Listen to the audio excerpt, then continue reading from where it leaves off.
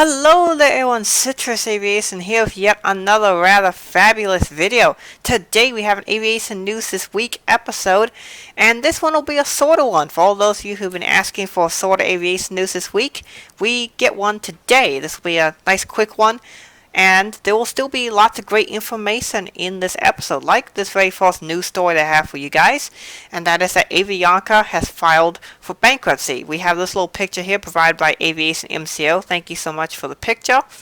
And it's taken at, obviously, Orlando, and it's of an Avianca A320 coming in, doing some lovely golden hour lighting. Avianca, though, has filed for bankruptcy as the latest victim of the COVID-19 pandemic. I can apparently now say that without YouTube immediately demonetizing or suppressing the video. Yay. So, there is some good news, and that is that Avianca is not going into the immediately gone bankruptcy proceedings. They are going into the type of bankruptcy which is the restructuring kind of bankruptcy, which means they will most likely emerge successfully out of this as a new brand of some kind. They'll probably still have the Avianca brand name, but it'll probably be for new livery and such. So expect that to happen within the next year. There'll be totally new Avianca branding, new livery and such.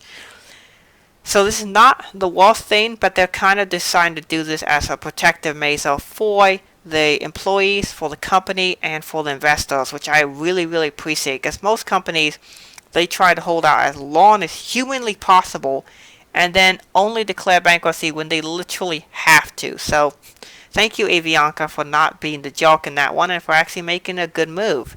So yeah, Avianca will probably survive, but they are in bankruptcy proceedings, and it was on the headlines a little bit. The next news item, you are seeing one of my pictures. Yes, right there. One of my pictures from November 905 Delta Lima. And that is important because Delta has announced the retirement date for the last MD-80s. So all MD-88s and MD-90s will be retired on June the 1st, 2020, with the last flight being from Washington Dulles to Atlanta. I believe it's a 7 p.m. departure, and there's not too many Atlanta flights left. Hopefully in the upcoming ATL video that I do soon, I will be showing on my model airport all the remaining MD-88s and MD-90 routes. There are only 2 MD-90 routes left, fun fact. So the last MD-90 routes are Houston George Bush Intercontinental, which is the big United hub, and Buffalo, New York. So those are really interesting. And yeah, stay tuned for the Atlanta video, which I'll have coming in next week, probably Wednesday, which will depict the final routes for Deltas, MD-88s, and 90s. So stay tuned, it'll be good stuff. But it's really interesting to see these birds go. These are the last of the Mad Dogs operated by a major airline in the world. And then after that, they'll all be retired or operated by smaller carriers. So this is really sad. I really have enjoyed seeing these aircraft. I will be doing a tribute video to this aircraft. And also, don't worry, next week I'll have an American 767 tribute video, as I would see them at Raleigh a lot. So I'll be doing that.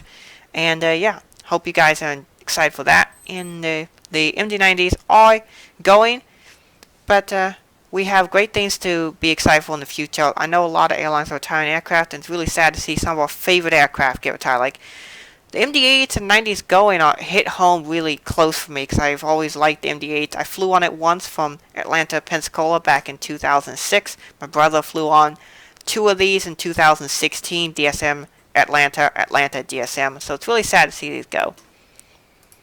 Alright, next up, we do have some interesting news, and that is that American Airlines flew their first cargo flight since I believe it was 1978 or 79, sometime in the 70s. But American flew the first all-cargo flight on a 777 to New York, and that was to provide medical supplies during the current pandemic. This is a picture of mine that you've seen at Raleigh Durham in 2015. Sorry that the picture quality is a little bit grainy. I'm just trying to use my own pictures instead of using JetPhotos Airlines Net pictures, because I could get copyright claims and I don't like that. So, this is my own picture, just to prove you know that I did actually spot there, and these are my pictures. Sorry for the flyware watermark. I couldn't be bothered to remove it because my original picture is somewhere buried in all my files. I really do need to organize them. I've been organizing them since 2019, so I can easily find more recent stuff, but older stuff, it takes a bit So I'm just going to my Flyware folder and just using a pic from there. Anywho, this is an interesting situation where there are cargo flights operating. And the next one that we have, next couple pictures, is here by ACS777x. He is a cargo plane spotter. Go check him out. I recommend his channel. I know I've given him a bunch of shout outs, but I can't recommend him enough. He's a good channel. Anyway, he has some pictures here you're seeing on the screen now, and they are of the new Delta cargo flights to Chicago O'Hare. So I'll just read you the paragraph he wrote for me very nicely on this information. So he says, the next two pictures are of a Delta 777-200LR, November 702 Delta November, operating as Delta Flight 3341 that landed from FRA, Frankfurt. He will taxi to the Delta cargo ramp, and then the following next two pictures are of another Delta 777-200LR, November 708 Delta November, operating as Delta 3343, landing from Frankfurt, carrying cargo. Also, like the first Delta 777, ORD currently gets 2 all-cargo Delta 777s a day from Frankfurt, with November 702 Delta November and 708 Delta November flying between the airports daily. This is really cool that they're getting twice daily 777 flights. I think that's awesome.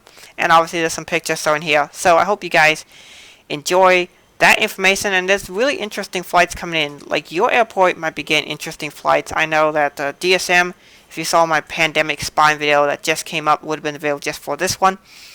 They've been storing CRJ900s at DSM as it's an Endeavour Air maintenance facility. And so we do get some of those coming in, and I find that interesting. And then, of course, ORD is getting twice daily Delta 777. So, you know, it's really cool. And, you know, check your local airport. You might be getting some interesting stuff during the pandemic. Alright, and then we have one last final item for this episode, and that is that Aircell got their very first A320-233. This is the first one for a new airline in the country of Pakistan. I'm not exactly sure how to pronunciate this. I know AS Aviation, if you're watching, you know how to pronunciate it. I believe it's Aircell or Aircell. I'm not exactly sure, but that's my best attempted pronunciation. This aircraft is registered as November 860 Tango Alpha, and that means it came from a U.S. airline, and this is taken at Phoenix Gateway Airport. So I believe this is a former Allegiant A320, and it's going to be going to the new Aircell or whatever it's called in Pakistan. This livery is kind of interesting. It's a little bit plain, but it is cool to see new airlines still trying to start up, and I wish the best for this new airline. And that is it for this episode. I hope you guys have enjoyed it. This is sort of one than normal, but you know, it's still a good episode, and I hope you guys enjoyed it. Thanks for watching. Have a great rest of your day, and God bless you.